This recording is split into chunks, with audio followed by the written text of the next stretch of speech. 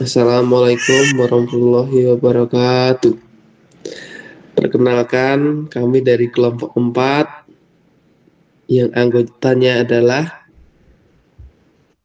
ada Santika Adila Putri dengan NIM 386 dan Ilham Nur Cahyo dengan NIM 387 dan Dava Nafaldi Pratama dengan NIM 388.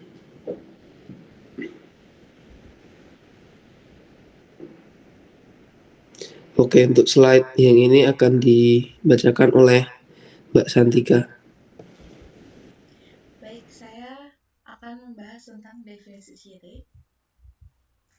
Syirik sendiri berasal dari kata syaraka yang artinya bersekutu. Dengan demikian, pengertian syirik secara bahasa atau etimologi adalah persekutuan yang terdiri dari dua atau lebih sekutu. Sedangkan secara istilah terminologi, syirik adalah menjadikan Allah tandingan atau sekutu bagi Allah. Pengertian ini sebagaimana hadis tentang dosa terbesar. Rasulullah SAW bersabda, "Engkau menjadikan sekutu bagi Allah, sedangkan Dia yang menciptakanmu." Hadis riwayat Bukhari dan Muslim.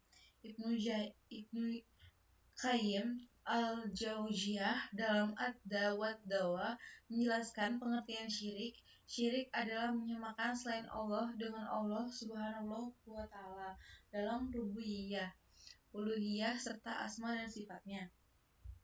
Baik, selanjutnya akan dilanjutkan oleh Ilham.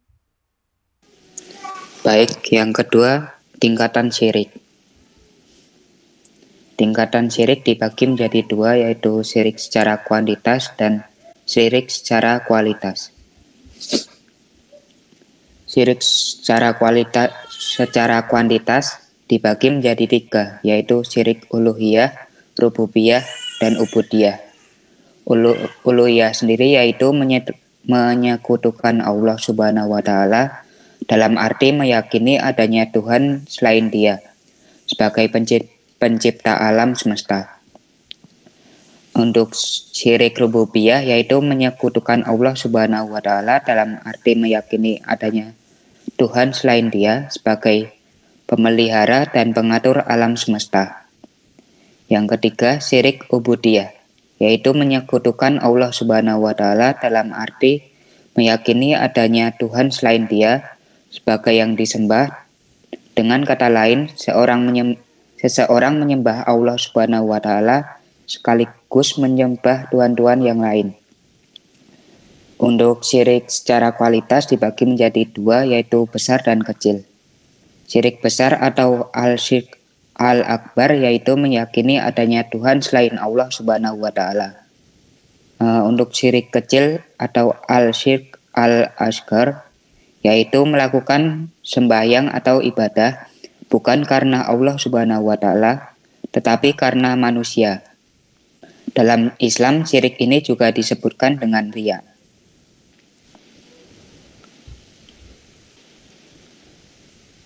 Ketiga, macam-macam syirik. Lanjut.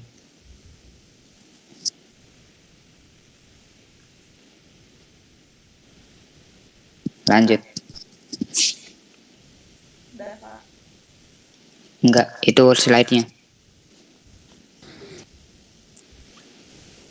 Syirik dibagi menjadi 6 macam, yaitu 1. Syirik al-istiqlal, yaitu menetapkan pendirian bahwa Tuhan itu ada dua dan keduanya bebas bertindak sendiri-sendiri.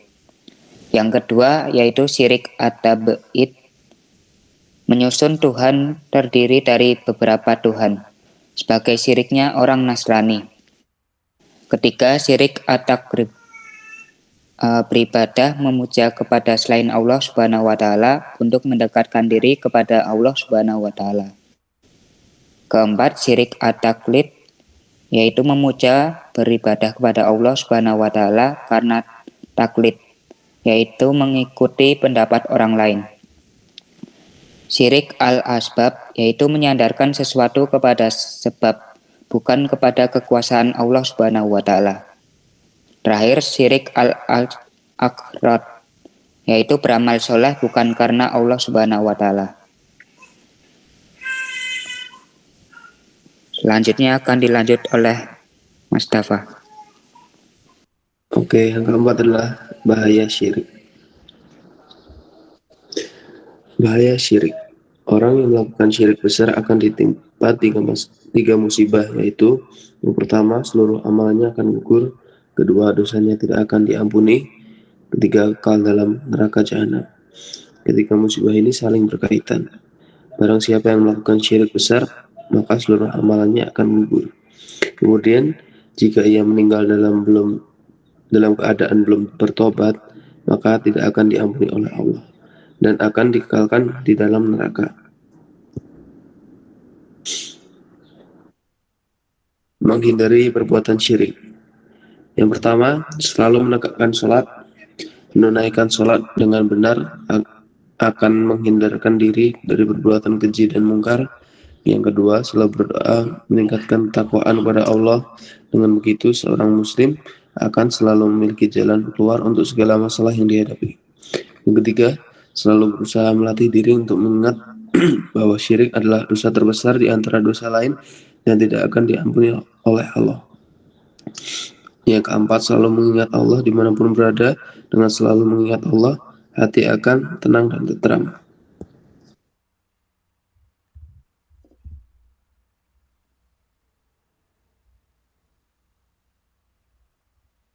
Baik firman Allah dalam Al-Quran, sesungguhnya Allah tidak akan mengampuni dosa syirik dan Dia mengampuni segala dosa yang selain dari syirik itu bagi siapa yang dikehendakinya. Barang siapa yang mempersekutukan Allah, maka sungguh ia telah berbuat dosa yang besar. Surat An-Nisa ayat 48.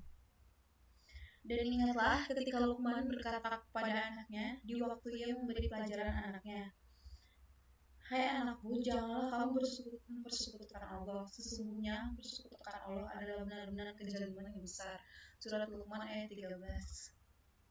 Kesimpulannya, syirik adalah menjadikan sekutu bagi Allah dalam hal rububiyah dan uluhiyah. Mayoritas kesyirikan yang timbul adalah dalam perkara uluhiyah, dalam bentuk berdoa kepada sesuatu yang secara bersamaan berdoa kepada Allah, atau memalingkan salah satu di antara jenis-jenis ibadah seperti menyembelih, bernajar, khauf atau rasa takut, roja atau harapan, dan mahabbah atau kecintaan kepada yang selain Allah. Di antaranya, bahaya dari perbuatan syirik adalah dosa yang tidak akan diampuni.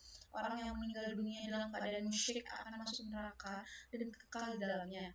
Dan amalan soleh yang sudah dikerjakan oleh orang-orang yang berbuat syirik akan lenyap dan sia-sia. Terima kasih. Apakah ada pertanyaan? Kita akan lanjut ke WA Group.